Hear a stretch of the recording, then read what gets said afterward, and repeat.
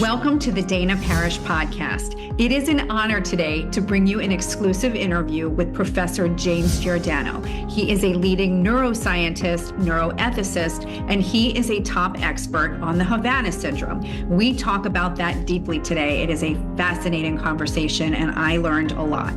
He is also the chief of neuroethics at Georgetown University and the director for the Center for Disruptive Technology and Future Warfare at the National Defense University. He is also the author of 350 peer-reviewed publications, many of which I have read. We talk about neuroscience, neuroethics, Neuralink, neuroweapons, bioweapons, origins of COVID. We even go down the rabbit hole on drones. There is a lot to know about things we cannot see, and that was why I wanted to have this conversation today. See where we are, where things are going. You are going to hear things today that are going to blow your mind. I cannot wait for you to listen to this. Please also feel free to leave us some questions because Professor Giordano has offered so graciously to come back and answer them at a later date. I've been watching your videos and listening to your talks and reading your studies for many years, and I love learning from you about the brain and learning from you about all the new technologies and the crazy things that are happening that most people are just not even aware of. And you have lots and lots of accolades, but I'm just going to sort of give the main ones here. You are a Pellegrino Center Professor of Neurology and Biochemistry at Georgetown University Medical Center, and you are the Executive Director of the Institute for Biodefense Research, which is a federally funded Washington, D.C. think tank. Pretty cool. Thank you very much for the wonderful compliments to my work. That's nice to hear. Thank you. So how did you get into this intersection of neuroscience and military applications of neuroscience? Well, it's a bit of a long story, as so many are, but when I was a postdoc, I did my postdoctoral research fellowship in neurotoxicology and neuropathology at the Johns Hopkins University in Baltimore, Maryland. Mm-hmm. And the initial funding that was subsidiary to that was through the National Institutes of Environmental Health and Health Sciences, NIEHS. But incumbent upon my responsibilities as a postdoc was to also get additional funding, independent funding. I mean, it's one of those sort of stepping stones in a career academician. And so my first set of grants actually came from the United States Navy, and they were oriented towards three things. First was the possible use of psychedelics for performance enablement within the military. Mm-hmm. Second, with the use of certain types of psychedelics and other kinds of neurotropic agents as possible bioweapons and biochemical weapons. Mm-hmm. And then the third was sort of a more general approach to understanding what types of things could be used to affect the brain under a variety of stressful conditions in military training and in combat circumstances. Over the past almost 35 years, much of my career has been at least subsidized in part, if not devoted, either in whole or in part, to things dealing with military medicine and the uses of medical and biomedical approaches in sciences and technology in military contexts. After I got out of the military in 1995, I pretty much rolled right into a civilian consulting position as well, doing some work, once again, funded by the DoD, looking at various ways that we could either treat various injuries that military members incurred, either during training or during combat or other forms of military operations. And then beginning in 2010, I was brought on as a senior scientific advisory fellow to the Joint Staff of the Pentagon, which is a position that I still hold. And that was primarily focusing on neurocognitive warfare and the capabilities of the neurocognitive sciences to be used in ways that would be useful for national intelligence, security, and defense. And much of my work also interfaced with my NATO colleagues and some of my Trans-Pacific colleagues as well in Japan, Australia, and New Zealand. Can you tell us about the Havana syndrome? I know you are a top expert on that, and it's been in the news again lately. What is the Havana syndrome, first of all? So in 2016, it came to light that a number of individuals, about 24 individuals, who are working as intelligence and security personnel at the United States Embassy in Havana, Cuba, began to present with a very strange set of neurological signs, objective signs, and subjective symptoms. And this is considered to be what's called a constellation. In other words, the symptoms weren't identical and they weren't uniform across all of these people, but they fit pretty much within sort of a broad set of neurocognitive categories or a categorical set of presentations. Things like vertigo, I mean, not just dizziness, but profound vertigo, a fullness in the head, pain in the head, disorientation, a whole host of what appeared to be autonomic nervous system dysfunctions, problems with blood pressure, problems with heart rate equilibrium, problems with cognition. I mean, severe problems with cognition, failure to remain vigilant, problems with cognition in terms of focal concentration, inability to not only multitask, but to singularly task, profound fatigue, disorientation. Now, interestingly, these individuals had been, quote, on the job, doing what it is they'd done for years. These were not newbies. These were not individuals who were new to intelligence operations. And so, interestingly, many of them tried to hide those symptoms, or at very, very least, kept them relatively private until they became debilitating. At that time, they were then triaged off island, off Cuba, and they were sent to Miami, Florida, where they were then evaluated and treated by a Navy physician named Dr. Michael Hoffer. And it was only at that time, after they had been cumulatively treated and sort of treated in community, that they began to exchange, if you will, the narratives to then say, wow, this has happened to you too, this happened to me. And it then became apparent not only to the community at large, but to each and all those affected individuals that this was more than an individual thing. And the problem was that there was really no smoking gun, so to speak. And there's a lot of things that can produce those signs and those symptoms. I was contacted in late 2016 by members of the Department of State to come on board as a special liaison to work as the senior consulting neuroscientist to be able to engage a process which is called abductive forensics, which is basically, look, we don't have all the pieces. These are the pieces we have. But you also have access to metadata from these individuals, environmental data, architectural data, these individuals' past medical histories and personal histories. What kind of things could cause this? And that process initially took about a year, where my research team and I evaluated those metadata, working together with Dr. Hofer and also working with a colleague of ours from the University of Pittsburgh, Dr. Kerry Balaban. Mm-hmm. And at that time, the cumulative information that was gained from those patients, those victims, strongly indicated that they had been exposed to something. So the process was, what can we rule in as well as rule out? Well, the question then is, well, what things could do this? Well, certain drugs could do it. Various things from the environment, pesticides, chemicals, various toxins from the environment, a number of things. It could be the drugs that they were actually taking, either legitimately or illegitimately, for example, or even that they didn't know that they were being administered by virtue of side effects of local sort of water drainage or water filtration. So we went through the entire gamut of things and ruled a lot of those things out, both circumstantially as well as evidentially, based upon the fact that samples were not found in bodily fluids, samples were not found in their environment. So to make a long story short, the idea was what things could probably do this, and of those probabilistic things, what things were most viable. Based upon that, at that time, in 2017, late 2017, at the end of this assessment evaluation analysis, it was determined these individuals were exposed to some form of energy, either on the job, something that they were doing themselves, or something that they were exposed to in their environment.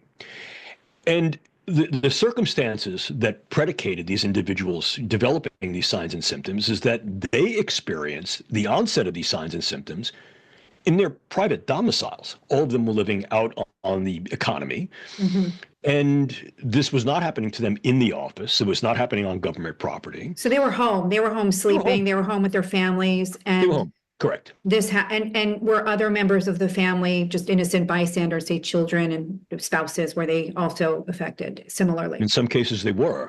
And that became a factor as well. Mm-hmm. And the pattern of these individuals presenting was not representative of this was something environmental. In other words, it wasn't as if, well, anyone living here would get these things, nor was it something that we would suggest, well, perhaps it was not just in the natural environment. Could it have been a pesticide? Could it have been something in the actual apartment? No, the pattern was non-representative of that. And we did detailed analysis of what that pattern would be and how it would present.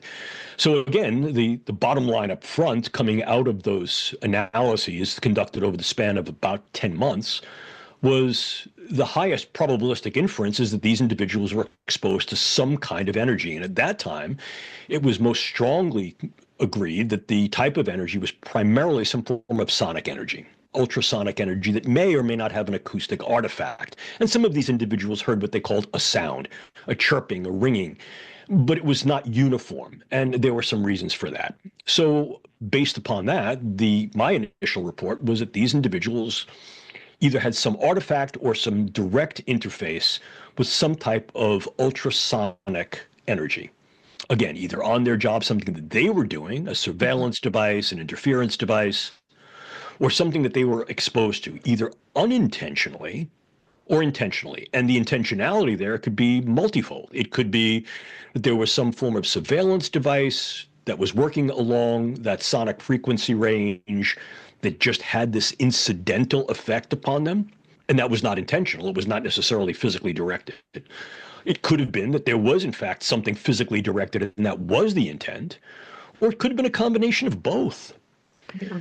Now, about a year later, continuing the analysis based upon direction, let's dig into this a little bit further, and based upon some information that had initially been classified, but then was declassified, and other information that came to us through something called confidential and classified information channels, the initial suspect was that it could also be something along the electromagnetic spectrum other than ultrasonic.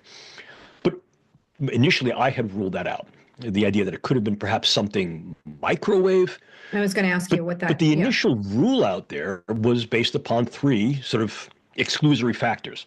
The first was that it takes a lot of power to drive a directable microwave. I mean, a lot. This is not something that could be done clandestinely or covertly.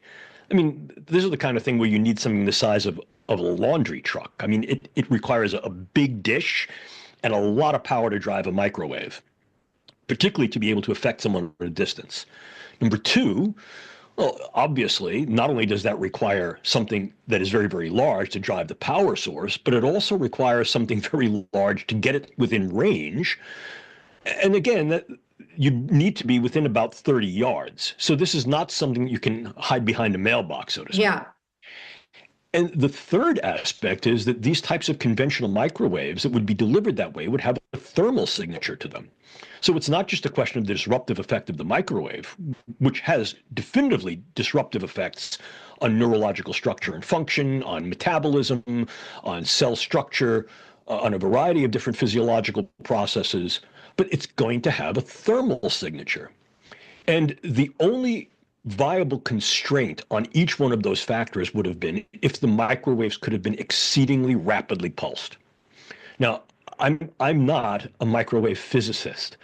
I'm a neuroscientist. I mean, certainly much of the neurophysics and biophysics falls within my sandbox.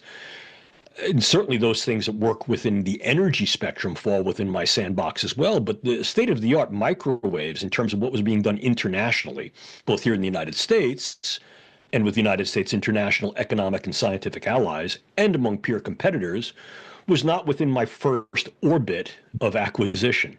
However, working with colleagues that I was then vectored to because of my work at that time with Special Operations Command here in the United States, allowed me to gain information that revealed that, in fact, there are ways that such microwaves could be used in a way that allowed them to be scalable and therefore very fieldable, and in that way, highly operationalizable. And the secret sauce in that equation was the use of lasers to rapidly pulse the microwave delivery at an exceedingly rapid rate. I mean, we are talking at essentially hundreds of thousands of fractions of a second. Wow. So we're looking at the very, very low nanoscale to sub-nanoscale of seconds in time, which would then require a significantly less power source to be able to drive the microwave, a significantly smaller evaluative power source to be able to drive that microwave, which could then be contained and scaled, which would then allow this to be then delivered, not necessarily in long distances, but certainly relatively short distances of up to 20 to 30 yards. But that combination of scalability, both of the power source and of the actual device itself, also then lent to fieldability. So in other words, you could get that thing into the field, and you could use it in a way that would be clandestine. And if in fact you then moved it out of the way, relatively covert, and that lent to its operationalizability. But there's one additional factor. The thermal artifact that's characteristically produced by microwaves can be constrained by the duration of the microwave pulse. The shorter the pulse, the less thermal artifact. So although there would be some thermal disruption, it would probably be not significant enough to be subjectively experienced by the individuals who were certainly getting the objective effect of network disruption, physiological disruption caused by the electromagnetic disruptive effect of the microwaves that were being rapidly pulsed in pulse trains. So we then went back in late 2018 and 2019, revised the original set of reports in an addended set of reports that then provided information to suggest or strongly support the coupled probability that it could be either or some form of ultrasonic energy exposure or some form of microwave exposure. And as I said, or perhaps some combination of both, either used sequentially, utilized in combination, whatever. And what was important to understand is that an important factor, a critical factor in coming to that probabilistic conclusion is the reality of the technological availability and readiness levels of these types of devices and these types of tools. In other words, this wasn't just pulling something out of the air a la Star Trek. Part of the evaluative and assessment analytics went into, well, are there currently viable devices that are at this level of sophistication and capability that would be available for these types of uses by virtue of existing patents, by CRADAs, in other words, research development agreements, literature that existed in the commercial and industrial literature, some of it existing within intellectual property domains that then had to be surveilled, and others, in terms of the information that was available, coming from classified sources, or at very, very least, sources that were less than uniformly available. Right. So given those factors and this convergence of factors, at this point, and at the end of 2019, the final set of reports that I submitted was that there was the very, very high probability, based upon high evidentiary certainty and convergence, that these individuals had been exposed to some form of energy, directable energy, and that based upon evaluation of their working environment, it didn't seem to occur at their working environment. Therefore, it's probably nothing that they were doing. Perhaps it was something they may have been inadvertently exposed to, but then based upon the pattern of exposure and based upon the pattern of who was being exposed, there seemed to be at least some measure of potential intentionality. Now, that intentionality and that attribution did not fall within my pay grade. That was not what I was tasked with. And the one thing you learn to do when you're doing this kind of work, which again, I've been doing for decades, is you color between the lines. You stay in your lane. What I was asked to do is, what could do this? And given what could do this, do these things exist? And do these things exist at a level that would allow them to be scaled and operationally utilized? And then also part of that was the assessment of the technology readiness and, if you will, global economics. In other words, who's got these toys? Who's got these tools? And of course, the issue there is, yes, we, the United States and our international allies, both scientific and technological as well as military allies, certainly have dedicated efforts towards these technologies in a variety of different ways, not all of them military, by the way, as well as our trans-Pacific peer competitors and our transatlantic peer competitor. And there was evidence that the dual usability of these techniques and technologies was, in fact, attributable to peer competitor, at least programs, if not operations, as far back as 2010, 2012. So timelines convergent, technology convergence, situational convergence. Again, so the nature of those reports was such that clearly the reports filed from late 17, 18, 19 and then into 2020 were strongly supportive of the direct probability that these individuals have been exposed to some form of energy disruption. Again, attribution, intentionality, all of that remained outside of my lane. Do we have any clarity on that, that is not classified at this point? Yeah, we do. So, if one thing about being a scientist, and as we discussed earlier, I've been doing science for 4 decades. Mm-hmm. Science is one of the only fields where you essentially start out guilty before you're proven innocent. In other words, you're going in with what is referred to as the null hypothesis. In other words, there's the assumption that whatever it is you're examining or you're testing is due to chance. So the incumbent responsibility, the obligation upon you is to demonstrate that it is not, to refute that null hypothesis and do so in a way that demonstrates high probabilistic value and or some form of statistical significance if that's the nature of the evaluation. In other words, if there's testing and manipulation of data. That said, my feeling has been, and I've stated all along, I could be wrong. As a scientist, we're wrong all the time. And there have been plenty of things in my own career where I've stated X, Y, and Z because those were the tools and methods that were available to me at the time. In other words, I was limited by those tools. Sure. And subsequent studies using more sophisticated tools and more granular assays that afforded a far more insightful and more precise view came along and basically demonstrated that I was wrong. That's part of the game. But you also have to trust your methods and know that those methods are acceptable methods, and not only acceptable, but those methods are state of the art, and those are the methods that are used as verifiable and valid. And that certainly was the case. So consistently from late 2016 all the way up until quite recently, there was considerable, I'll say, discourse, and some of it rather vociferous pushback as to no, that's not what happened at all. This was a psychogenic or sociogenic effect. This was crickets. How could anybody, like with a straight face, think that this was psychogenic? That is not a flawed assumption. No? I mean, no, not at all. I mean, I must tell you, the reality is that at present, here we are in 2025, there have been thousands, literally thousands, of reports from individuals who claim that they've been exposed to such a thing. I mean, among a variety of other things, having chips implanted, and et cetera, et cetera. I mean, are they right, some of them? I mean, I guess I've learned so much over the last 5 years that I actually would say, yeah, I'd take that at face value and then keep going down the rabbit hole to see if it could be true. That is, in fact, the incumbent obligation. Yeah.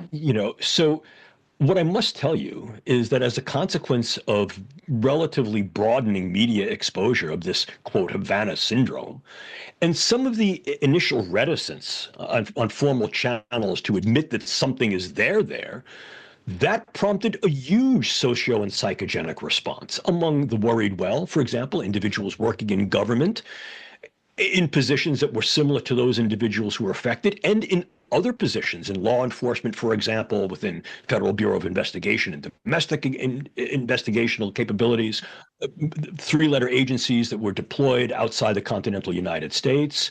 I mean, these represented the worried well. Hey, am I a target? And in some cases, among the worried well, there were certain signs and symptoms that these individuals had, and they thought, is it possible that this happened to me? But it sounds like from what you're saying, these people actually had physiologic changes in their brain. Yeah, they did. So that's why I'm reacting to the psychogenic label. But wait, there's more. So, I mean, there's a couple of things I think your audience needs to understand. I mean, there are things that can occur. Symptoms, for example, those are always subjective, but even certain objective signs that individuals can manifest as a consequence of what is characteristically or colloquially referred to as psychosomatic illness. Look, the brain is a controlling organ, and if things go on up here as a consequence of neurological or psychiatric processes or psychological processes, cognitive processes, emotional processes, the brain can exercise a top-down effect on a lot of different functions, outputs of your body. those are real. Those individuals suffer. The question is what happened to them. So one of the more nuanced aspect of these initial cases in Havana and subsequent cases, because there have been many, is to rule out such a presentation. And that was in fact done. I mean, that was well done.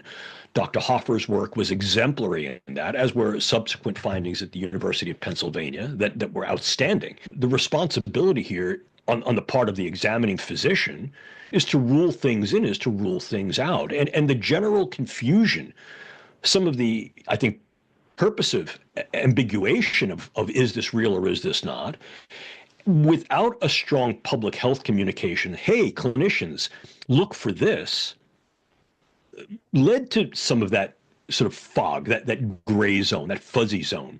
Mm-hmm. The other thing is, and there's no way to say this in a way that is politically correct. I mean, there are a number of psychological conditions where individuals will manifest signs and symptoms that are psychological, and it sort of fits a pattern. Now, again, I'm not saying that individuals who are presenting with these signs and symptoms have something psychiatric or psychological wrong with them. However, again, this is a vast population of literally thousands of reports. So the incumbent responsibility, the virtuous responsibility, is to consider any and all of these cases as viably real and then rule out those cases that have particular factors that are sentinel factors. In other words, it couldn't be, quote, Havana syndrome if this happened or that happened. But it also becomes important to recognize that in the interim from 2016 literally through the present, we're dealing with something that probably involves iterative progression of the technologies that are used, as well as the methods and techniques used to not only deploy, but to engage these effects. Now, why that is important is because in those cases that did go through the verification and validation chain, and there were several hundred, many of those cases were in fact validated and verified to be very similar to the Havana syndrome. In other words, these were now what they call anomalous health incidences, in parentheses, of the Havana type. Right? Were they identical to Havana? No. Were they approximate, equivalent, or in some cases presenting with new findings that would be suggestive of a different method of engagement or perhaps a different device? Yeah. Were you talking about civilians, or are you now talking about more, military and? Yes, I'm talking about all of the above. All of the above. So we're talking about certain intelligence personnel who are deployed internationally. We're talking about individuals who are working in civilian employ, who are working within diplomatic circles. And we're talking about domestic incidences of individuals primarily within the Federal Bureau of Investigation, the FBI, who were working on particular cases that rendered them targetable by virtue of the case itself. Now, again, it was nowhere within my disposition or tasking to indicate, suggest any form of attribution. Yeah. However, what has happened subsequently is further evidence has been revealed, been provided, and been discovered that is certainly more positive in terms of the attribution. And of course, as you and your listeners may know, that attribution has pointed to our transatlantic peer competitor on a number of different converging grounds of evidence. In other words, not only the availability of the science and technology and dedicated programs to that science and technology, but direct findings and correlation of a specific unit and groups of individuals who are deployed specifically for these types of disruptive engagements internationally, inclusive of domestically here within the continental United States. So that's where the jury lies on this right now. Something happened to these individuals in Havana.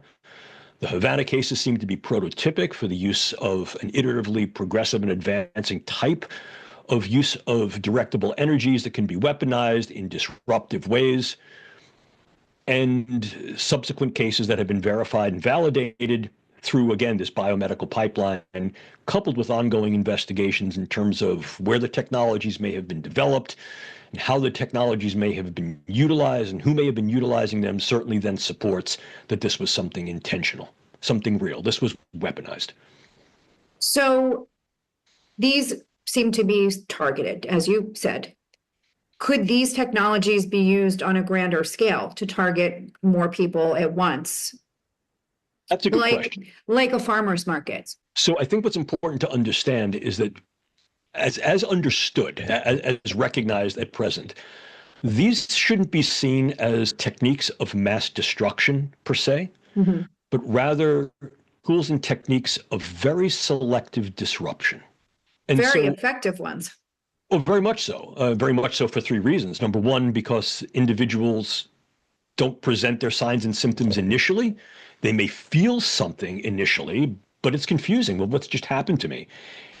And they may not think right off, I've just been hit with something first. And then number two, what tends to happen as a consequence of the actual mechanism of either an ultrasonic weapon and or some form of directable energy weapon, such as a microwave weapon or device, is that the signs and symptoms tend to be exacerbated as a consequence of time. So in other words, you sort of get a snowballing effect based upon a rippling disruption that occurs within these individuals' physiological systems. And that's important, which then also allows the weapons to be used in a way that is at least clandestine, if not covert.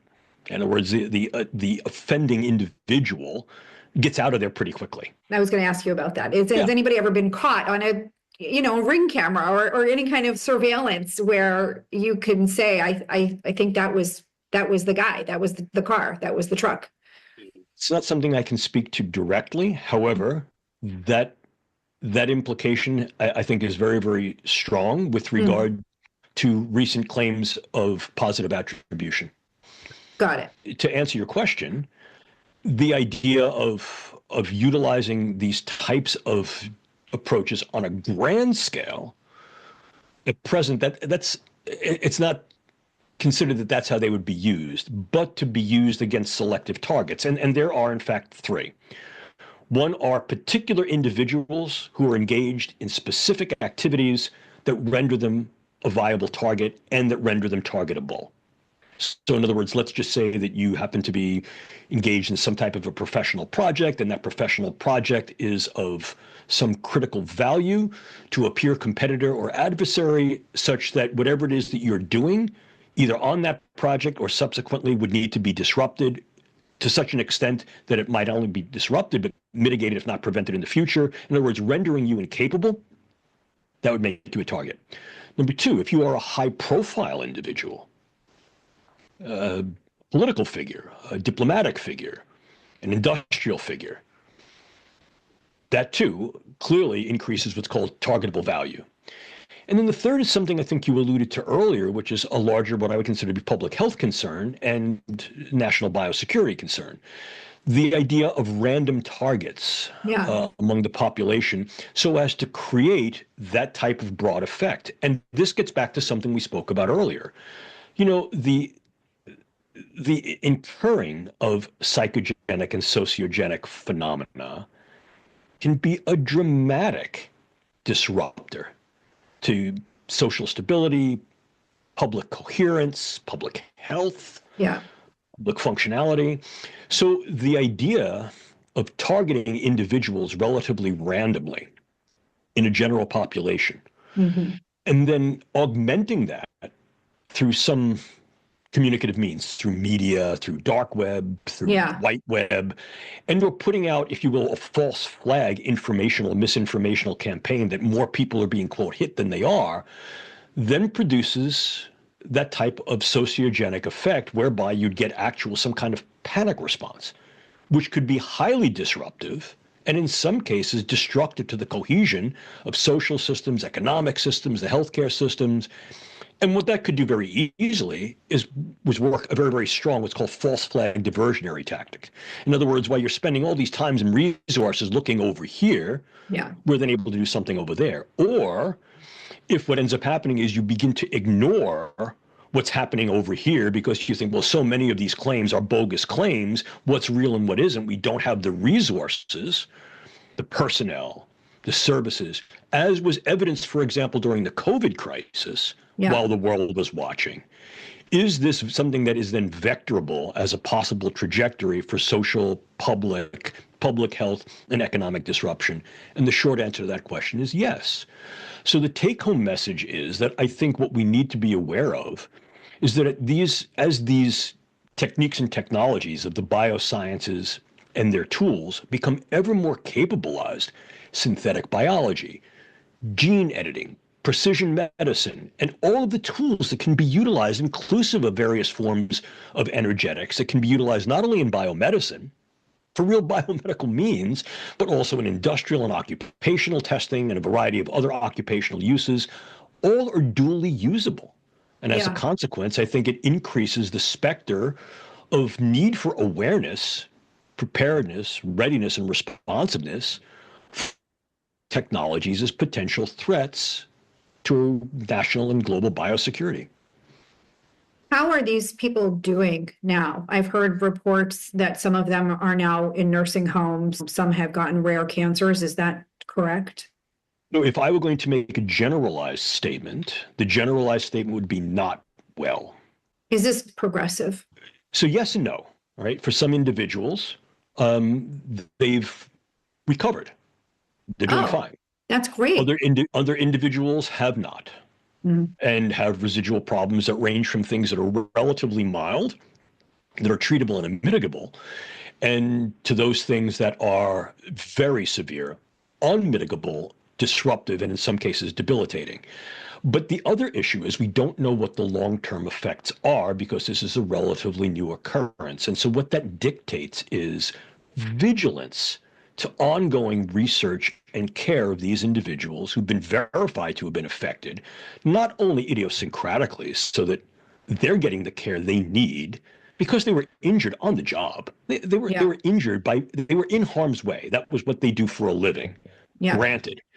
Acknowledging that they were injured on the job in something that was occupational and now is attributional to a foreign peer competitor cum adversary, I think increases the onus of responsibility upon our medical systems here in the United States and within various government agencies to acknowledge and attend to these individuals as victims and survivors.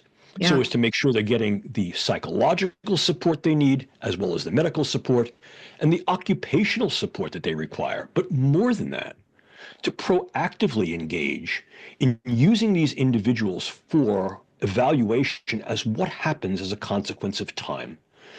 What happens as a consequence of early care for those individuals who are fortunate enough to receive it. Early care certainly is early stage evaluation with ongoing evaluation if there's any worsening of signs and symptoms along a number of different venues, ophthalmologically, vestibularly, neurologically, physiologically, autonomically. A number of individuals have multi-system dysfunction, changes in heart rate variability, changes in blood pressure, changes in autonomic control of the bowel, changes in focal concentration, cognitive effects, emotional instability, and certainly problems with performance of both physical tasks and mental tasks. Some have gotten better, some have not. For some individuals, certain things like hyperbaric oxygen therapy has proved to be useful.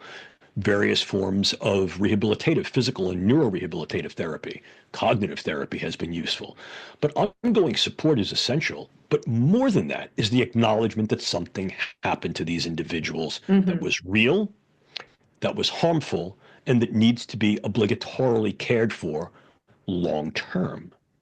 I think that, and that's crucial. So I'm a bit more optimistic than I've been in the past that some of the more recent developments with the cases subsequent to Havana have cracked open a larger door that has shown that these cases in the past have not been handled well, both by certain government agencies and more in general, but also that this is a persistent problem that requires that level of diligence and requires what I've argued for is a whole of nation response, not just a whole of government response. Certainly there needs to be cohesion within the government to acknowledge that this is something real and this needs to be publicly transmitted, publicly stated and acknowledged. And yes, it needs to be done in a way that constrains public fears appropriately, but does so in a way that also communicates that, quote, we've got this.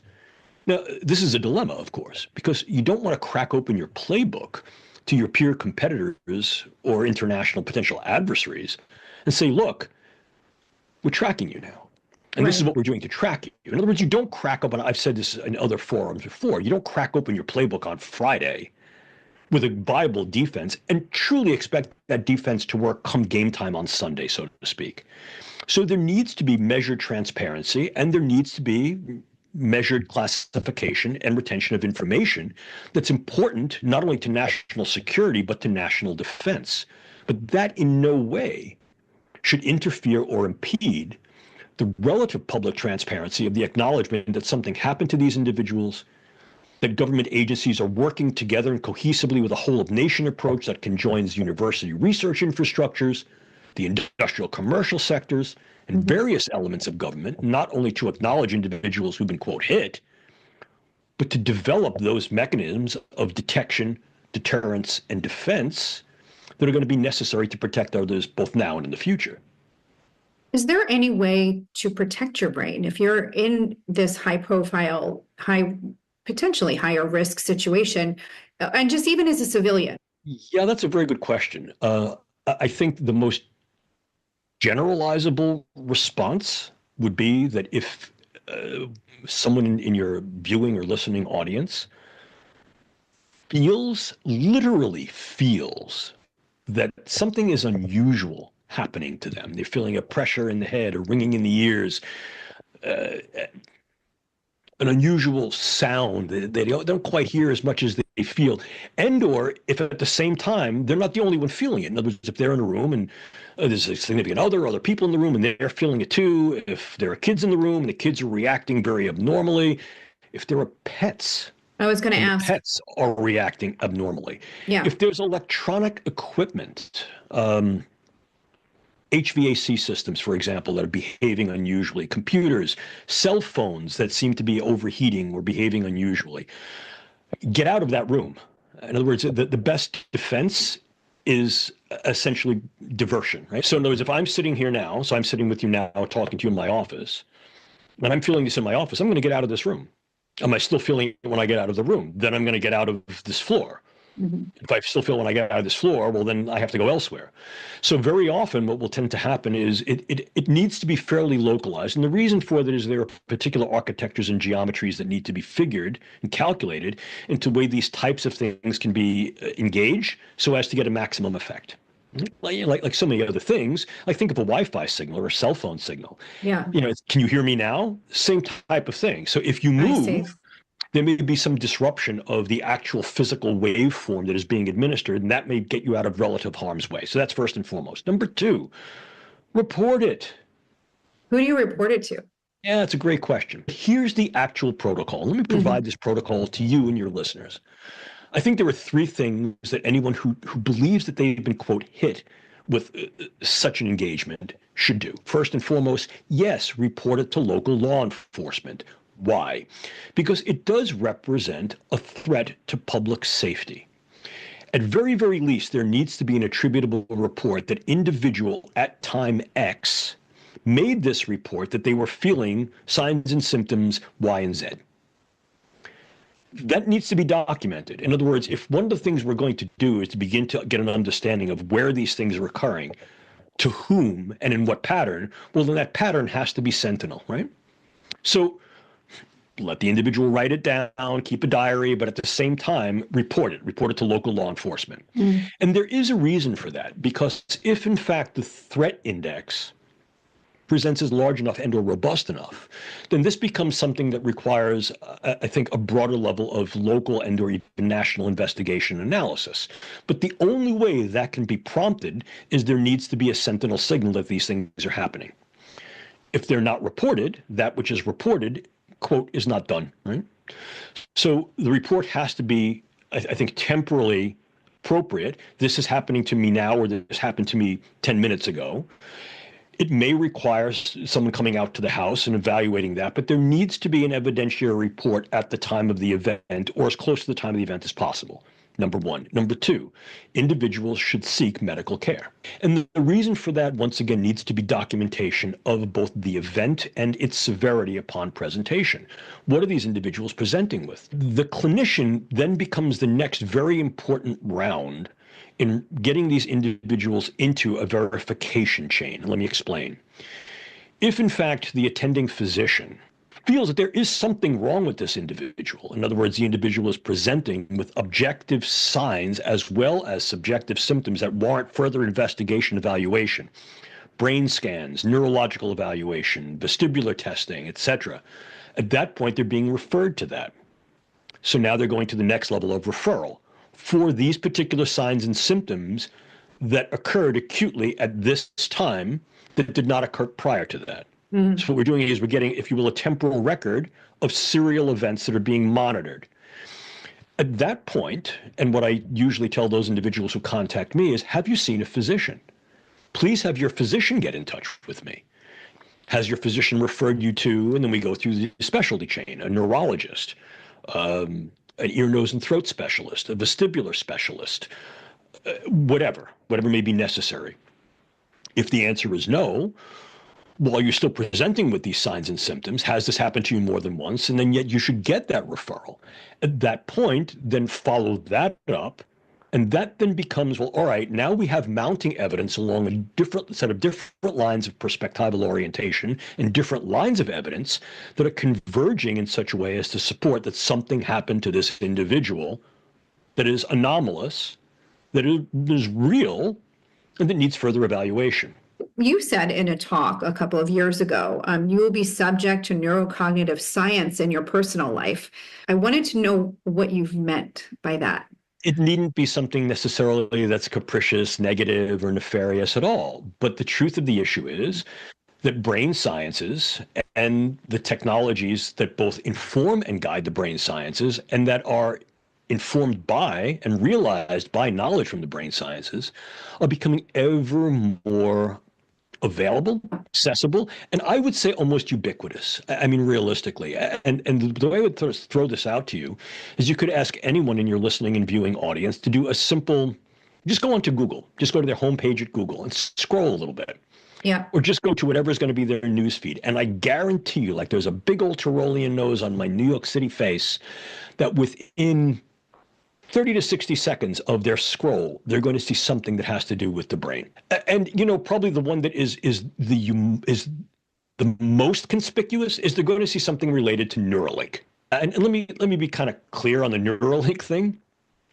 I'm not in any way diminishing or demeaning the value of the actual Neuralink device. But let me provide what I believe is a good analogy of what the Neuralink device is like. The current state of the science and technology for implantable brain modulation devices and techniques would be akin to sort of a very, very high performance car like a Ferrari or a Lamborghini or a Maserati, or at very, very least, something like a Mercedes-Benz or a Porsche. The level of sophistication that the field has progressed over the past 10 to 15 years is demonstrable, and I think is very significant. We've gone from relatively crude electrodes that can be used to control certain forms of movement disorder to very specific multi-electrode systems that are capable of both sensing the brain state as well as modulating not only the brain state through a single electrode, but through multiple electrodes on which are multiple sites along the electrode, which is about as thin as a needle or a human hair in some cases, capable of very, very distinct current parameters that are able to really fine-tune that level of neuromodulation. And these are being clinically employed not only for movement disorders such as Parkinson's disorder, various forms of dystonia, intentional tremor, but also for a variety of other conditions.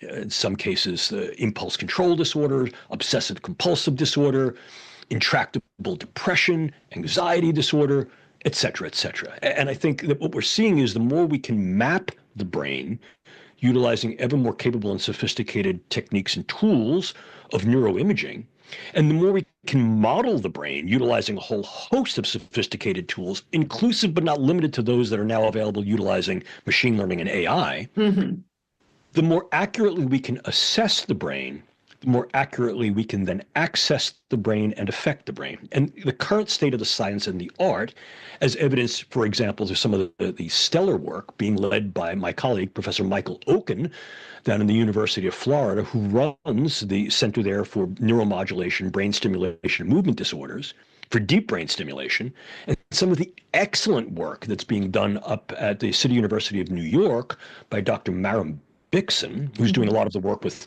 transcranial stuff, transcranial electrical stimulation, and some of the wonderful work that's being done at University of Pennsylvania, for example, in transcranial magnetic stimulation. And I'm just really— This is like neurodegenerative stuff it can help with, right? Dementias and Parkinson's and— Well, certainly the movement disorders, the degenerative movement disorders, such as Parkinson's, various forms of dystonia, intention tremor, etc. Other forms of neurodegenerative disorders, or for example, the dementing disorders, such as Alzheimer's, have, I think, different challenges because now you're dealing with a different set of neural nodes and networks. But I must tell you that there was a fascinating DARPA project that was launched as part of the BRAIN Initiative, which was called RAM, Restoring Active Memory, with a secondary project, a satellite project called RAM Replay, which was specifically looking at the way these neurological techniques and tools can be employed to restore active memory in individuals who've had not only neurodegenerative disorders, such as Alzheimer's and other forms of dementia, but also brain injury. Wow. And that made significant progress in those areas. But the reason I tell you this is that the state of the science and the state of that technology is akin to a very, very, very sophisticated high-performance automobile. If we take a look at what Neuralink is doing, Neuralink is very capable. But what Neuralink is akin to, and I mean no denigration here of the technology or its intent, is more along the lines of Volkswagen. And let me explain. I mean, literally, if we translate Volkswagen literally, it's people's car. It's bringing a technology, automotive technology, to the people. And that was Dr. Ferry Porsche's vision. Yeah, I mean, it happened during the Nazi time, and there's a black stain on that. But the idea of what a Volkswagen is it's a very good, very reliable, relatively solid performing car that is very broadly available. And what Neuralink is doing is it's creating a new market space for indwelling neuromodulation. Not just direct-to-consumer forms of things that you can take on and off. That's been a market space literally for over 10 years. We know that. A variety of different tools that can be purchased direct-to-consumer that can be used to electrically stimulate the brain using low-output forms of transcranial electrical stimulation, and even various forms of magnetic stimulation and or vagal nerve stimulation that are now becoming somewhat more available on the direct-to-consumer market. Elon Musk is creating a direct-to-consumer market for implantable neuromodulation. Yeah. And what's happening is he's creating, if you will, a boutique market for that. Let me explain. Bringing on board clinicians who will implant these devices, not necessarily for an underlying medical need. Yeah, the prototypic case of the implanted Neuralink device was for an individual who certainly had a demonstrable medical need. But if you listen to the rhetoric, which is becoming not just rhetorical, but far more, I think, of a commercializable narrative that Elon Musk et al. Are spinning forth, it's the idea of the fact that over the next few years, putting over 2 million of these devices in individuals' heads so as to make them more capable and functional with regard to their interaction with artificial intelligence, machine learning, and the specter of what Ray Kurzweil has referred to as the coming singularity. Well, along with that is the narrative that is somewhat of hyperbole, that getting one of these devices can facilitate learning a language, multitasking, being more successful in a variety of cognitive skills, motor skills, being more productive in life. And what that's doing is that's really appealing to a performance optimization market. So what you've done is you've created, at very, very least, a market niche that is definitive for the use of these technologies for performance optimization, which is a fancy way of saying enhancement. Mm-hmm. And what you've done by doing this in the way that the Neuralink device has sort of carved this niche is that there will be, in fact, relative boutique distribution of this, not necessarily for those individuals who need this device for an existing medical need, but for those individuals who want this device for some form of personal, whether it's occupational or avocational desire. And one of the things that can occur that we've seen, that we've evaluated as a social effect, is it blurs the line between what becomes something that is medically necessary and something that is viewed as personally desirable. I mean, at what point do you see preventative neurological medicine really reaching ever more deeply into the population of individuals who have absolutely nothing wrong with them, but are looking to prevent cognitive decline, looking to prevent distraction, looking to prevent what they may feel is a shift, a loss, a slippage of their viability in the cognitive workspace? So you see it's sort of fuzzying those boundaries and those parameters. And that's a real social effect that not just Neuralink, but certainly those devices that are following suit with Neuralink into that direct-to-consumer viability space are doing to change not only the market, but are really doing to change, if you will, the underlying mores of what's acceptable and what's not acceptable when it comes to things like invasive neurotechnologies. That sort of leads me to thinking about COVID. COVID does seem to have a lot of neurological effects. I'm also concerned about the vaccine and the neurological effects and the nanoparticles and different elements of the vaccines that have been concerning to people like you. I'm wondering what you make of COVID and what you make of its effects on the brain and how you differentiate what's happening with the virus from the vaccine. These are all good questions. So let me take them in turn as best I can. What do I make of COVID? I think there was a certain inevitability to something like COVID. COVID did not catch the United States with its knickers down around its knees. Although we like to say that, both during the time and somewhat retrospectively, the truth of the issue is that there was great understanding that the possibility for a local epidemic becoming more endemic, if not pandemic, was a reality as we moved into the 21st century global stage. And there were a number of reasons for that. I mean, this was such a viable reality that during both Obama administrations, there was a desktop exercise, which is called a Crimson Contagion exercise, right, which is essentially dedicated to modeling and developing the necessary preparedness resources for just this type of scenario and evolution. So it was recognized, and it's been recognized for a long time. And the reason for that is simple. It really is threefold. First and foremost, I mean, one of the things that we see is that there have been disruptions of a variety of different ecological niches that humanity has caused, simply by virtue of our existence. It's what's been sometimes referred to as the Anthropocene. In other words, this is the age of humanity where humanity not only responds to its environment and its ecology, but literally controls that environment and ecology. And in controlling that environment and ecology to meet our needs, our social needs, our biological needs, well, what tends to happen is there are going to be artifacts and effects that then feed back onto that environment. Probably the one that is most salient is global warming, but not just.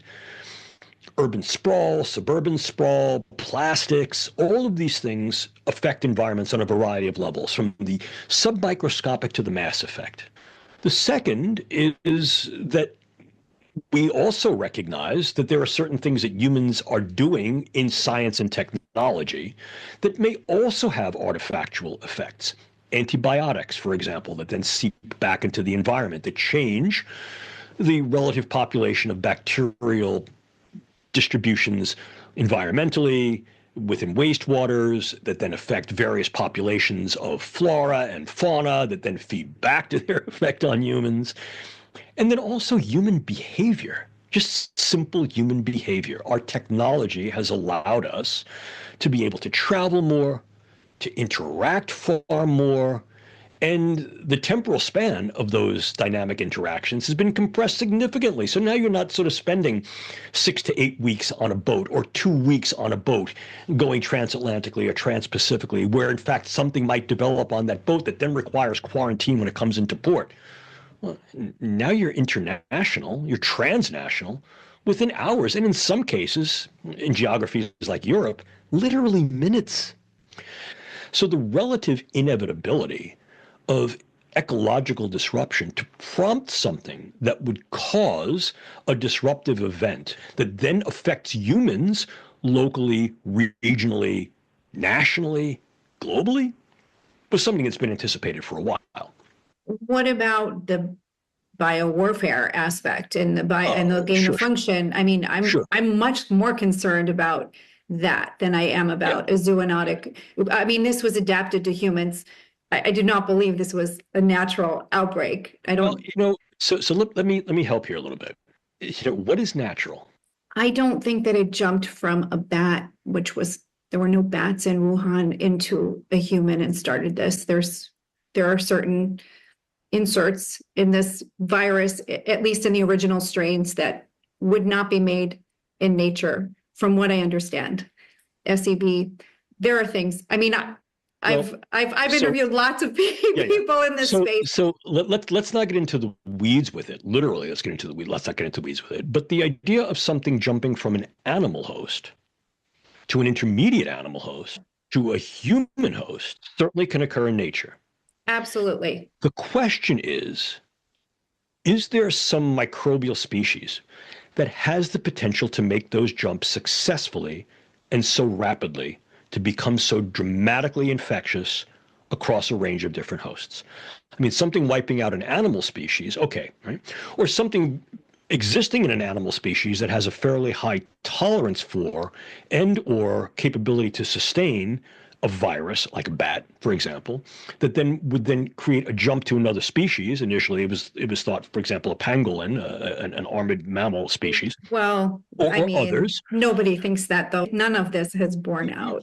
The pangolin thing went away, but that was the initial idea. But is that a possibility? Well, yeah, sure, that's a possibility. But it goes back to sort of what's called a ground truth question or a ground query. In other words, all right, so how was it that this particular viral strain, this type of SARS virus, developed this rapid mutability, developed this capacity?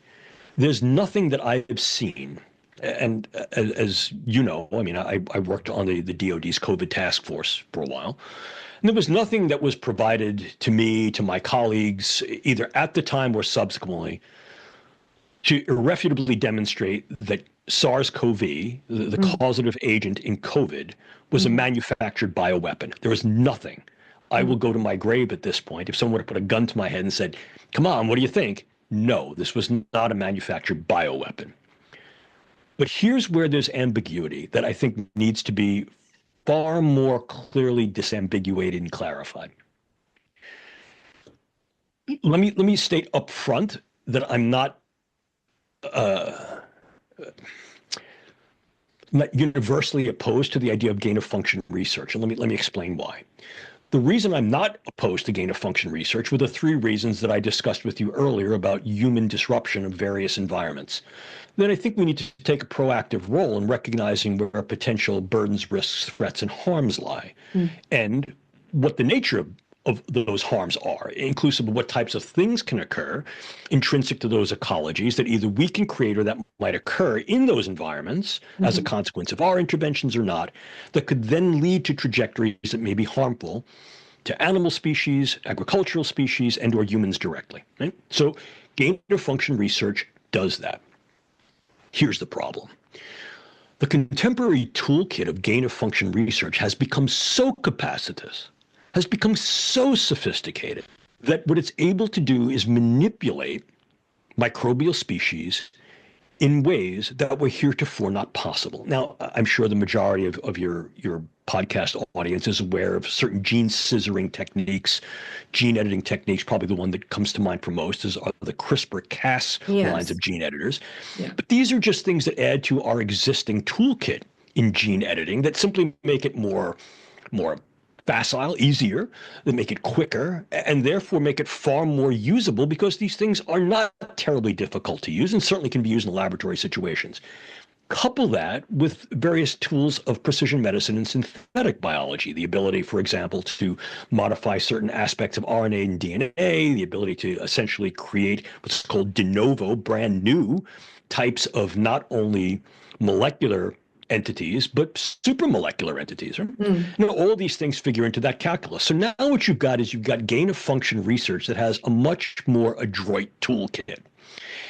And in doing that, those level of manipulations to viruses that are newly identified or that seem to be newly identified strains of viruses that are occurring in unique environments poses significant burdens, at least, if not risks and threats at worst. Let me explain. What we did not know is how these various modifications to a very labile virus, such as the SARS-CoV virus that was ultimately the inductive virus for COVID, would behave. So when you're looking at gain-of-function laboratories are maintained along a safety profile, which is basically called a BSL. It's sort of a biological safety level. That biological safety and security level ranges from a very low level, level 1, to a very, very high level, level 4. Level 1 basically means there's nothing here that is uniquely pathogenic, and what we're doing in the laboratory is what is also experienced out, quote, in nature as it is. Level 2 suggests we're engaging with some level of manipulation that may pose certain risks to non-human species or environmental things. Level 3 becomes far more risky to animals, agriculture, and humans. And level 4 is something that is demonstrably not only effective, but is a real threat, maybe an unmitigable threat to humans. Right. But I think that the assumption that we have to make now is that everything that is being done in gain-of-function research should be at least considered level 3. If these advanced tools are being utilized on viruses that are either newly identified, or novel in some way, the risk of these things getting back out into nature in a state that is more labile, potential mutagenicity once out in the wild, and then being able to, quote, corrupt wild forms is greater. So what we need to do is tighten our proverbial belts on the security and safety levels under which gain-of-function research is conducted to make the presumption that modification of novel species of bacteria, viruses, and fungi, utilizing our current toolkits with this sophistication and capability, has greater capability to incur risk and harm to animal species, agricultural species, and either indirectly to humans or then directly to humans. That, I think, was the problem that occurred in Wuhan. Is that there were modifications to an environmentally identified virus that was an animal virus that were viewed initially as non-problematic, and that somehow, some way, intentionally, this modified intermediate was then released back into the wild, inadvertently, on clothing, through a quote, lab leak, right? But there was nothing that was inherent about that particular strain, that modified entity, that would suggest this is dangerous. But nature has a peculiar sense of humor. This is one of the things that does keep me up at night, the idea of unanticipated consequences or runaway effects, what are sometimes referred to as Vexelblad effects. If you modify something in its natural state and then release it back into nature, what you've done is you've created a disruptive entity that then induces ripple effects both within that entity and among others. And I believe that's what happened. Some of the work I've done with my colleague, Dr. Diane DeEulis at the National Defense University, looked at the existing data cumulatively up to the point of our publication about 2 years ago. And we were strongly supportive of the idea that this seems to be one of the working operative variables that was at least contributory to the nature of this virus being so virulent, so infectious, and so therefore rapidly transmissible. So I think that the take-home message is not necessarily that gain-of-function research is something that is bad unto itself, but it certainly has the capability of creating something malum in se, and Right. therefore the necessary safeguards and securities must be in place from the get-go. No gain-of-function research should exist at any BSL less than 3, as far as I'm concerned. Are you concerned about, I would say, the vast misinformation campaigns that and propaganda campaigns that we were subject to, continue to be subject to around COVID and all elements of COVID, from the fact that it's airborne? They were saying it's not airborne, it's on surface. There's like a million things that we could talk about that were incorrect, known to be incorrect at the time. They were still told to us, and now nobody trusts anybody. And I don't know who benefits from that. And I can't imagine that intelligence isn't smart. I really don't think that's the case. And I don't think the government I don't think they're dumb, but I don't know why they did this. I think it's important to sort of discern iterative information from misinformation. And I'm only talking about when it was overt, willful misinformation. I just interviewed Robert Redfield recently, and he said, we always knew it was airborne. I've talked to lots of people in different agencies who said, yeah, we knew it was airborne. It was published out of China in January. That's the kind of stuff I'm talking about. I find that to be morally offensive. I think that that's an affront on several levels. I mean, I think that it in some ways disavows the moral obligation of politics and even media to public wellness and public health. I mean, the whole idea of a valid public trust is just that. It's beneficence doing good in trust. And therefore that beneficence, doing things that are good and avoiding harm, requires a particular level of veridicality, right? Now, I mean, I get it. There are certain things that may need to be kept back, at least initially, because you don't want to induce panic. But by the same token, the last thing in the world you want to do is provide misinformation that's going to be problematic to individual and or systemic health and wellness, nor do you want to provide the kind of misinformation or misconceptions of information that are going to be propagative to further harm. Right. Number one. Number two, if in fact you've said something that is incorrect and you recognize it to be incorrect, you come out with the statement that says, look, the foundation of science is that science has to be self-critical and self-correcting. We made a mistake. We told you X, it is not X, it is Y, or it is Z. Our bad. But there's also a responsibility that goes along with that, which is, yeah, it was our bad and we're going to take care of it. So if you're going to admit that there was an error or there was a miscommunication, there was a misunderstanding, either on the part that you didn't have the science necessary to do what you needed to do at the time, and in so doing you prompted a public response that was problematic or injurious, then you need to take care of it. And it's like anything else. If I go into the fine china store and I knock something off the shelf, I bought it. Sure. Same thing here. So the idea of responsible science is not only responsibility for veracity of information in the public trust, but it's also to sustain the public trust by virtue of self-correction and commitment to ongoing research and care. So I don't disagree with you. I mean, I think that was a moral affront. I think in many ways it was a political affront. And I also think that the affront was one of an intellectual affront. In other words, what, as you say, who are you fooling by that? Everybody has been divided, and it seemed to me very intentional, and it seemed to be coming from a really high level, and it continues to. And I don't know how we overcome it, and I don't know who benefits from this, and I don't know if there's another crisis, how anybody is going to believe anybody. I mean, I wouldn't take anything at face value anymore at all from any public health or government official. That's for sure. I have to tell you, I mean, so one of the things that my research group has been concerned about for a long time is public institutions that fail to maintain the public trust. And there are a number of different ways this can happen, But let's take a look at the case in point, right? Failure to maintain the public trust by providing or not providing information, or providing information that is misinformational, a misconstrual, or a misrepresentation of something that is known to be otherwise. Once you violate trust, Right. what you've then done is you've fractured the fiduciary. Huh? And once you've done that, you then essentially spawn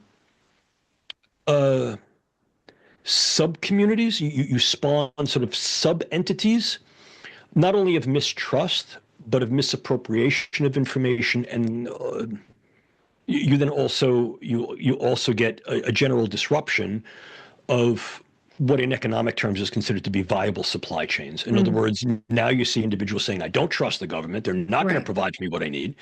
And, if you couple that with sort of the big picture view with regard to healthcare provision here in the United States, subsidy of healthcare, insurance, the realities of the absence of medical resources that were demonstrated during COVID in terms of not only actual things like disposable medical resources, but non-disposable medical resources, literally resources such as hospital space and the provision of care. And the infrastructures, administrative, economic, and political infrastructures that are capable of supporting these functions, at that point, what you've really done is you fractured that trust. You fractured that trust relationship. And that disruption is malignant. Are you concerned about another pandemic or another airborne threat? Rather than being specific about a particular agent, a virus or a bacteria, so you begin to hear a little bit more about something which is known as the metapneumonic virus, the human metapneumonic virus, which has been relatively well contained within China. And here too, I think the signals are going up. Look, we've got this. But I think what tends to happen now is that any one of these events is prompting a cascade of knee-jerk responses based upon the information paucity, misinformation, and all of the effects that occurred during and as a consequence of COVID. And so I think that the social manifestations of that are such that now it's a question that, every speed bump has the potential to become a mountain, if you will. Now, in some ways, I think that's an important thing, because I think what it can do is it can increase public awareness and also increase the demand for administrative and institutional responsivity and transparency to a public that requires to be more informed. I think that lessons learned from COVID certainly would be indicative of a higher level of more valid and trusting transparency in terms of communication, information, as well as resource availability, et cetera. Point number one. The second point, am I worried? Oh yeah, of course I'm worried. And I'll tell you the things that worry me most. It's not necessarily as something going to happen in nature, per se. At very, very least, we need to take obligatory responsibility for our presence in our environments and what that means, not only in terms of usurping and modifying those environments to suit our own needs, but what have we done to the environment that is then going to feed back upon those things that ultimately affect us. Yeah. So it's still a relatively anthropocentric focus, but it's one that's far broader, recognizing that we are a cog in this larger ecological environmental wheel. Absolutely. Point number one. Point number two is that I think we need to be far more diligent in the level of obligatory responsibility towards the way we conduct our science and develop and utilize our technologies. And one of the things that really does keep me up at night is the rapid advances in gene editing, synthetic biology, precision medicine, inclusive of what's happening in the brain sciences, coupled with the ubiquity of big data and big data resources and machine learning and artificial intelligence. I think if you put that together, now we're getting something that's akin to or equivalent to the fearsome singularity of sort of Kurzweilian vision, but really becomes far more of something of a juggernaut, as I've said earlier. And it's a juggernaut of what my colleague, Dr. Ashok Vashasta, has referred to as integrative scientific convergence. I mean, I'm not going to deny for a moment that the compelling intent is to do good with this science. I'm not going to deny that for a moment.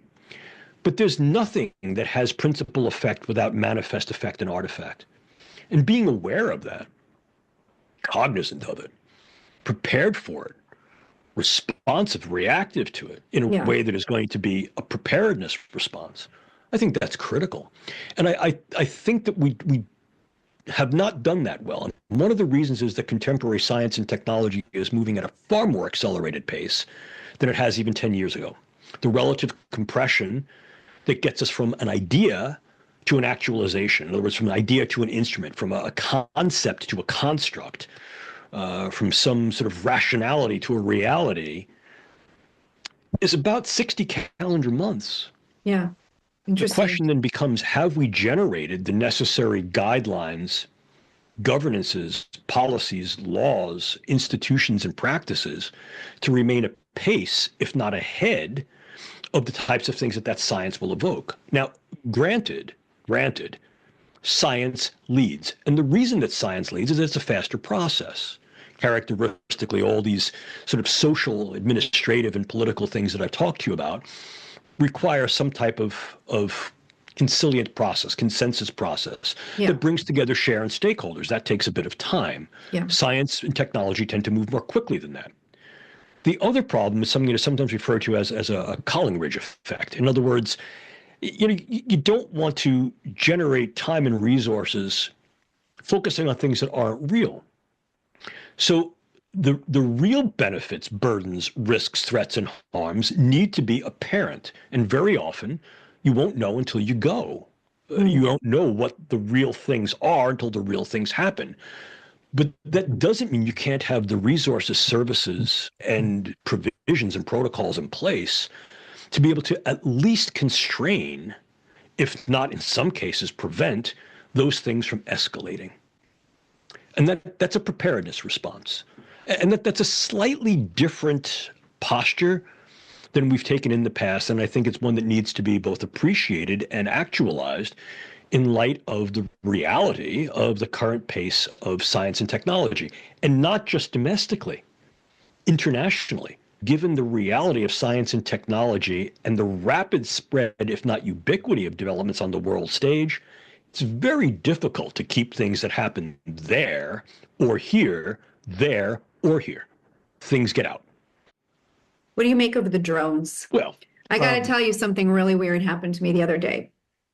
I was sitting in the park, minding my own business, and I thought it was a dandelion, or it's like dandelion fluff or something like that, was hovering in front of me about 10, 15 feet. And I thought it was plant matter and it was going to fall to the ground. There was no wind, but it wasn't.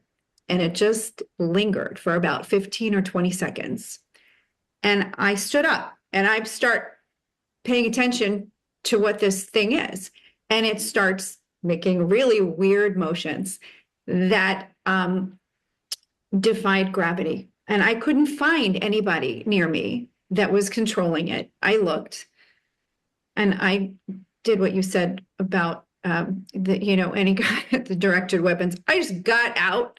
I didn't want to stay there any longer, but this was the middle of the day. And I thought, oh, I'm going to be talking to you in a couple of days. And I'm dying to know what you think about these. The thing with drones is that they're very accessible. There are whole Reddit communities that are devoted to engineering your own drones. Oh, really? Drones that I did not know any of this. And there is a dark web community that deals with drones of a variety of different types. Landborne drones, things that are creepy crawlers, airborne drones, waterborne drones. Interesting. And of course, we recognize that there's a number of different directed and very strongly dedicated efforts to drone development in commercial enterprise, academic enterprise, and national security, intelligence, and defense enterprises. Right? So I think what you're beginning to see is that drones represent, if you will, sort of the new dilemma. Who's got them? What are they being used for? How do we respond to them? What is the control? Are there controls? As you may know, initially, and I'm sure some of your listeners and viewers may know, I spent 20 years as a pilot for military aviation, commercial and civilian aviation, did some work with the FAA. And initially, I mean, drones were pretty strongly regulated. Once again, as the technology was relatively progressive, but rather slowly developing, and there was some control as to who could get a drone, what it took Right. to get a drone, what you needed to do to fly a drone. There were regulations that Yeah. at least guided, if not governed that. It's become something far more of a Wild West. It's And as a scary to me. consequence, yeah, and It's just they're everywhere. yeah, and they are. I'm not going to say everywhere, but there's a lot of drones out there. This is the other thing. People say, well, I didn't see anyone controlling the drone. Well, what are you looking for? I mean, because if you're looking for a kid on a cell phone, that's somebody controlling the drone. And this is the other thing too. I think that the recent fervor over the just proliferation of drones up and down the East Coast, the New Jersey drones, the Virginia drones. Again, I mean, there's nothing unreal about this. These were real events. But I think what tends to happen is they get into sort of the not only the public view, but then they get into the public and social imagination a bit. And what ends up happening is everything's a drone. And as a consequence, the narratives spin out, and those various narratives take on a life of their own, and they get fractal. So I think it feeds back to something that you said earlier, which is, what are we doing about drones? And I think there is the issue with drones is that these are things that are in our airspace. I don't like the concept of all this surveillance, and I wonder, is that the purpose of some of this?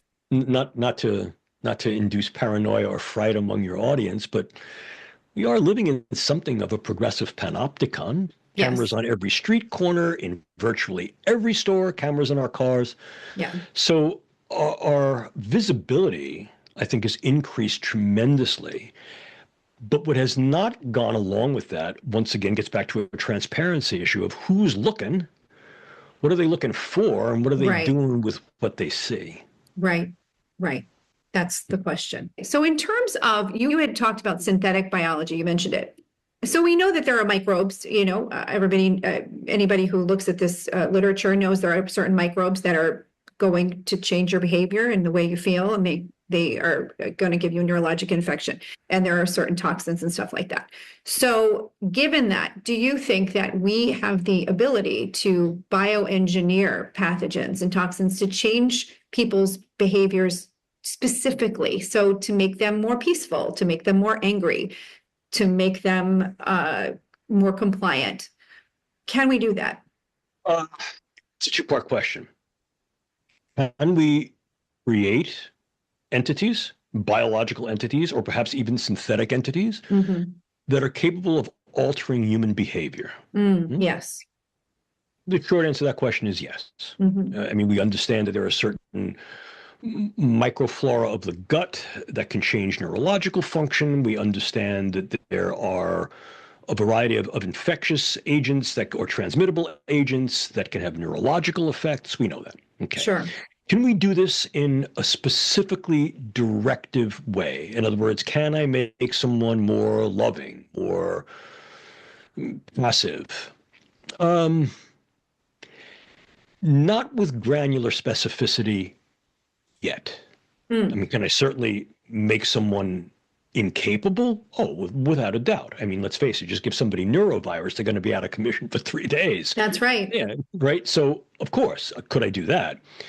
But can I do that in a way that is going to be cognitively and emotionally directive? I mean, intentionally directive within defined parameters. In other words, I'm going to make this individual more X, more Y, or more Z, and make sure that color in between the lines, so to speak. Not yet. Not yet. Is it on a proverbial drawing board? Oh, of course, you bet it is. Absolutely it is. The idea, for example, of seeing what's in nature that has done this, and then creating models, frameworks that might be able to move in those trajectories and directions. And I'll give you a perfectly good example. There is a species of bacteria called Toxoplasma gondii, right? Toxoplasmosis. And we know that toxoplasmosis is conferred, for example, from cats to humans. There has been some speculation as to whether or not that makes humans more amenable to having cats. Yes. And makes turns people into cat ladies, so to speak. Yeah. But, one of the interesting things that it does is that it does make rodent species far less antipathic and far less anxious around being around hats. Isn't that So in other fascinating? words, what it does is it actually creates directional behaviors, cognitions, and emotions that are very viable for the prey species, for the predatory species, to Yeah. then engage prey. In other words, I can make you prey, so to speak. Well, that model of the idea that something might be developed that could be transmissible, it's going to directionally affect the nervous system in ways that produce certain cognitions and motions that then may sustain or compel behaviors, Mm. I think certainly creates a template for one of the ways that contemporary synthetic biology is worrisome to me Yeah. and a variety of my colleagues. Again, as I mentioned, a lot of the work I'm doing in this area is with my colleague, Dr. Diane DeUlis, and that's been a real worry for us, is Yeah. neurosynthetic biology that's able to Yes. then induce this kind of, if you will, cognitive effect in individuals and groups of individuals. So the short answer here, once again, back to the bottom line, now at the end rather than up front, yes, it's viable. It's something that can be done. To my knowledge, has this been done in a way that is sustainable and usable at present? No. Nanoparticles. You've talked a lot about those in other talks, so they can cause stroking incidents. And Yeah, I mean, so nanomaterials is one of those areas of science and engineering that developed very, very rapidly as a consequence of, once again, integrative scientific convergence. The physical sciences together with the chemical sciences coming together in an engineering paradigm, which then essentially created the ability not only to develop nanomaterials, but then make those materials into nano entities. The old term was nanobots, and that's not necessarily accurate, but certainly programmable nanomaterials and nano entities that are combined nanoscalar materials that are capable of doing certain things and behaving certain ways under certain conditions. So the idea of utilizing and harnessing nanoscience and nanoengineering in directional ways, either alone or in combination with other forms of science, has become a real force multiplier, a real part of the toolkit. Very, very useful in much of medicine, for example, the idea of utilizing nanoprobes, nanomaterials, nanopharmacology, nanosubstances that can then ferry various parts of molecules into an organ site, a target site, or a compartment that can then be assembled. One of the most exciting projects right now in the brain sciences is a DARPA project called N3 or N cubed, which is next generation non-invasive or non-surgical neuromodulation. wow. And the whole neuromodulation through non-surgical means occurs as a consequence of utilizing nanomaterials as chaperones for electrodes that are both sensing and transmitting electrodes that can then access the brain without being surgically implanted. They can Wow, be inhaled, that's they incredible. can be ingested, they can be injected, and then they can be migrated to the brain space in particular, very specific architectures by harnessing and capitalizing upon the properties of those nanomaterials to be activated either through electricity, through magnetism, or through some other external form to form literally a vast array of sensing and transmitting electrodes that are able to read information from the living brain and write information to the living brain in real time remotely. Now, the brain is a very, very difficult compartment to access for a number of different reasons, not the least of which is its relative impenetrability from the bloodstream, etc. But this crosses a huge frontier. It allows us to then access literally the minutia of the brain at the almost cellular level, or at very, very least the node network level, non-surgically. And then these things can be extracted from the brain by having these vast networks, these vast arrays become dissolute, essentially disintegrated, and can then be purged characteristically by bringing them into the bloodstream and then excreting them through the urine. Yeah. So again, that's a huge issue. Now, other organ systems that are far less problematic, I think, are far more easily accessible, ergo targetable. So the use of nanomaterials in medicine, for example, in oncology and cancer medicine, is really being seen as the next viable frontier, if not something of parameters from what might be a panacea. Could we then utilize these nanomaterials to target specific cancer cells and avoid all of the adverse and horrendous side effects, chemotherapy and radiation, surgery. Perhaps. Same thing true with regulating cardiac cells. Same thing would be true for example, repair or replacement, synthetic replacement of tissues that have been injured or degenerated in the eye, in the ear, in Wow. viable organs. Okay. Wow. So yeah, I mean, we know that nanotechnology serves a demonstrable benefit in medicine. Flip the coin. Those things that are capable of healing and helping can also be used to harm and to hurt. So the very same tools that can be used to vector things into an organ system, or a biological space, what are you vectoring in there? Yeah. And that's been one of our concerns, is that nanomaterials can, in fact, be weaponized in ways that then allow profound accessibility into viable biological spaces. The brain, certainly that's my sandbox, but other organ systems as well, and can be done on a very, very small scale. And as a consequence of that very, very small scale and of some of the physical properties of nanomaterials, be very, very difficult to detect. And even some of the cruder properties of these materials, as I've spoken to in some of my lectures, can be used to create what's called aggregating agents that will just clump together under certain biological conditions and disrupt neurological transmission, disrupt blood flow. And then when the effect happens, that the individual's body temperature changes, characteristically as a consequence of their demise, those properties are no longer available to sustain the nanomaterial matrix. They dissolve, and they may or may not be evidenced upon postmortem, on autopsy, because you got to know what you're looking for. So yeah, nanomaterials, I think, are one of those things that are tremendously dually usable. And that dual usability has been noted ever since, I think, they've become viable for a variety of different uses in science and medicine and even in industrial settings. EMFs, are you concerned about the onslaught of EMFs that we're exposed to now at this point in our lives? 5G? Yeah, I am, but I think I'm concerned about it for reasons other than what may be sort of the first pass kind of public concerns. I'm not necessarily concerned because they pose an immediate risk or threat. Mm-hmm. What I am concerned about is their long-term use. Let me explain what I mean by that. As we shift the availability of the electromagnetic spectrum that we then employ and harness as part of our toolkit, the effects of that on other things that we use in our lives, data, information transfer, computational systems, is going to change as well. And it changes at a pace that we may not be able to keep up with.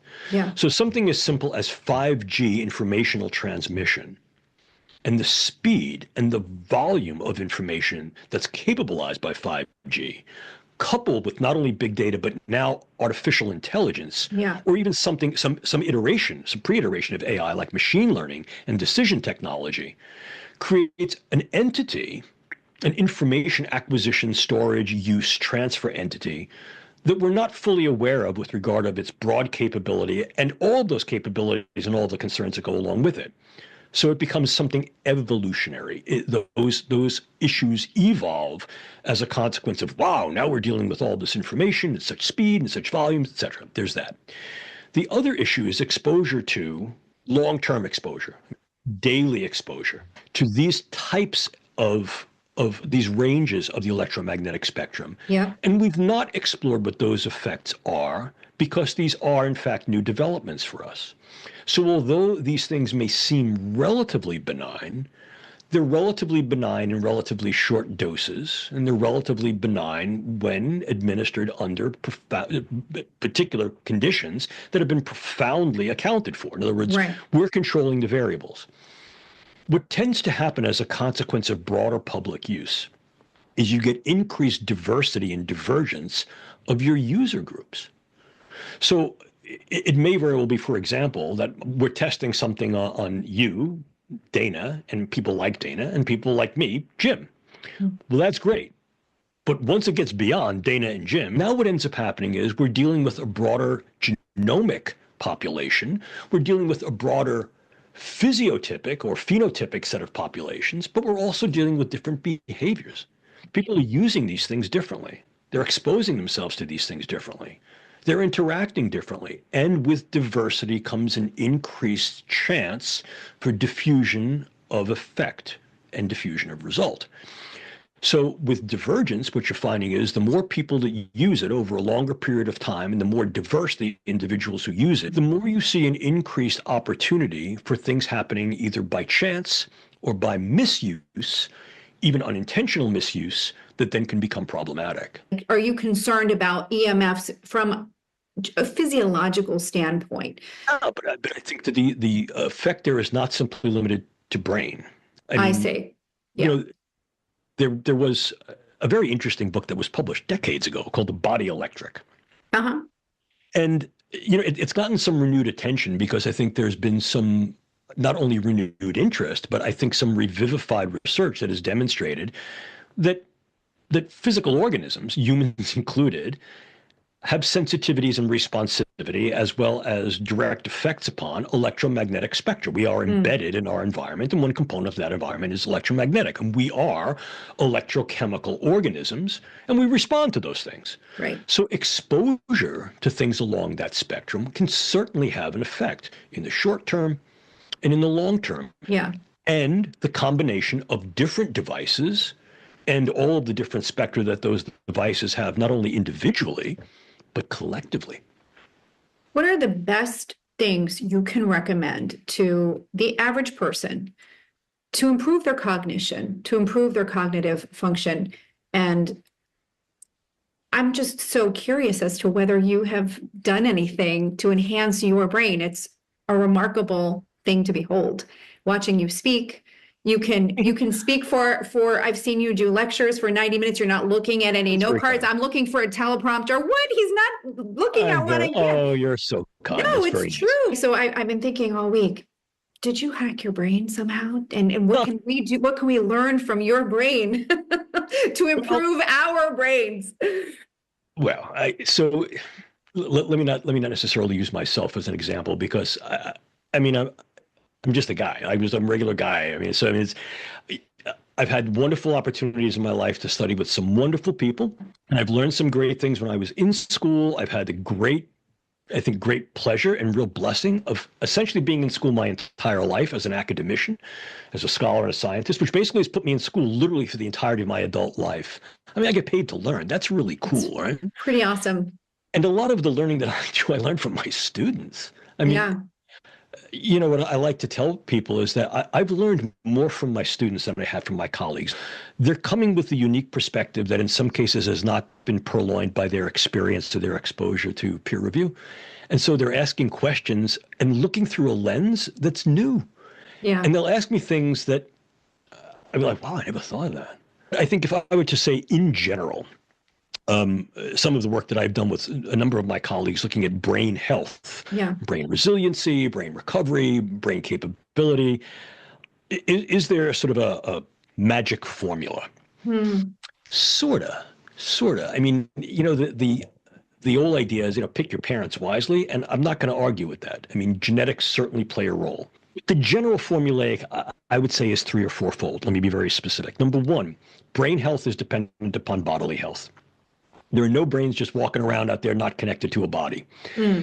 And there's a very, what we call bottom-up effect. A healthy body promotes a healthy brain. Sure. In many ways. Literally bodily health. And we're talking about sort of physical health. Not certainly barring the occurrence of injury or disease, but daily health, staying in good shape, getting exercise, eating well, eating an anti-inflammatory or non-inflammatory diet, understanding where there may be particular predispositions for food sensitivities, allergies, so forth. If individuals have known ailments, known disorders, non-tropical sprue, a gastrointestinal disease, for example, malabsorption problems, hepatic disease, all of those things I think figure into that calculus and things they have to compensate for. So again, healthy body, healthy brain, so to speak. Now let's talk about what healthy brain means. Well, your brain is a relational organ and it relates to interiority and exteriority across time. So it becomes important for individuals to use it that way. Continuity of learning And exercising that brain is critical to keeping, quote, your brain in shape. Now, that can be something as simple as literally taking a different route to work every day. I'm not kidding. The idea of doing puzzles, playing a musical instrument and learning new types of things, picking up a new skill, both a motor skill as well as a cognitive skill at various points throughout your lifespan, can be very, very useful to maintaining brain health.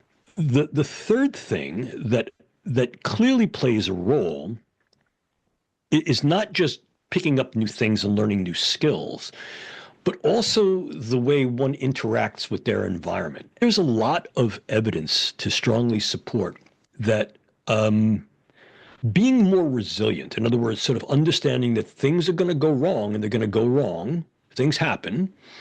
As I said, I had the very great privilege of being in the United States Navy and Marine Corps. Mm-hmm. And there's an expression that I like to use: embrace the suck. Sometimes life sucks. Yeah. And even in the course of our day, there are things that are going to suck. Yeah. Across a spectrum of suckability, right? And some things suck more than others, right? Right. But I think one of the things that we've recognized is that individuals who are able to find some daily pleasure and do so intentionally, mm-hmm. whether it occurs through mindfulness meditation or through a set of practices, reflective practices, creating an environment for yourself that you find to be pleasurable, even if it's an environmental niche or space at work, your cubicle, your little part of the house. Engaging with nature for a lot of people can be profoundly reinforcing and create resilience. Sure. So creating, if you will, that positive space that is cognitively positive, that you feel is emotionally positive, has really been shown to evoke particular changes in brain physiology and chemistry that are durable because they then feed back onto brain structure that reinforce those brain pathways that are viable for sensations of pleasure, reward, and sustenance. What do you do in your spare time when you are not talking about these brain technologies and brain health? I do personally. Yeah. What do you like to do? What are your favorite things to do? Well, I've been a lifelong athlete. I mean, literally since I was a kid. Until quite recently, I was still actively playing judo. I'm a judo player. I've been playing judo for 35 years. I was judo instructor for years and years. So I played judo. I was a competitive weightlifter for years and years. I was a wrestler when I was a kid. I try to work out 4 or 5 times a week, doing something. I try to do something physical every day, either hit the weights or do something cardiovascular or swim. So for me, the physical aspect of that, as I said, I have the great blessing and privilege to be in a work situation that not only affords me the ability, but actually encourages me to learn new stuff every day. Yeah. And I've been a lifelong teacher. I mean, literally since my 20s, I've been teaching people things. The reason I bring that up is that, when you teach people things, you're learning how they learn. And you're interacting with them. And you have to be something of an empath to that. And so that level of interaction has been very, very good for me, because what it's allowed me to do is to learn new ways to teach the things that I already know, right? Yeah. So that's been useful. And then, as far as other hobbies, I've been riding motorcycles since I was 15 years old. And as I mentioned before, I used to fly airplanes. And there's a lot that goes into flying airplanes, and there's a lot that goes into motorcycles. And I think that doing those kind of things where you have an activity or a hobby that you're passionate about, I think can be, and it can be something simple. It can be like anything, journaling, macrame, cooking, whatever, feeding the dog. Those kind of things are intrinsically reinforcing for you. And if they also involve some level of challenge or novelty on a regular basis. Yeah. And I mean, I have some friends of mine who sail, who are into nautical stuff. And there's a phrase that we all use. I mean, the sea, the sky, and the road on a motorcycle are never the same twice. And so part of the joy of doing those things is the novelty that goes along with that. And I have colleagues of mine who are inveterate runners, and they'll say the same thing. I mean, the road run is never the same road twice. Those are the things that I do, and they've been sort of useful to me. So Very Seems to be cool. working so far. It's working. It's definitely That's very working. kind. Thank you so much for your generous insights. You are Thank you so so much much for your fun to interest in talk my to. work. And Yeah. I'd be happy to come back on again. And hopefully if your podcast audience enjoyed that, as I said, I'd be happy to come back on again. And I can it's been a guarantee you pleasure. that Thank they you so will. much. Thank you so much, Dr. J. Thanks for joining us today. Please subscribe or follow along for more really interesting conversations. And I'd love to hear from you. So please drop a comment or send me a note. Let me know what you think.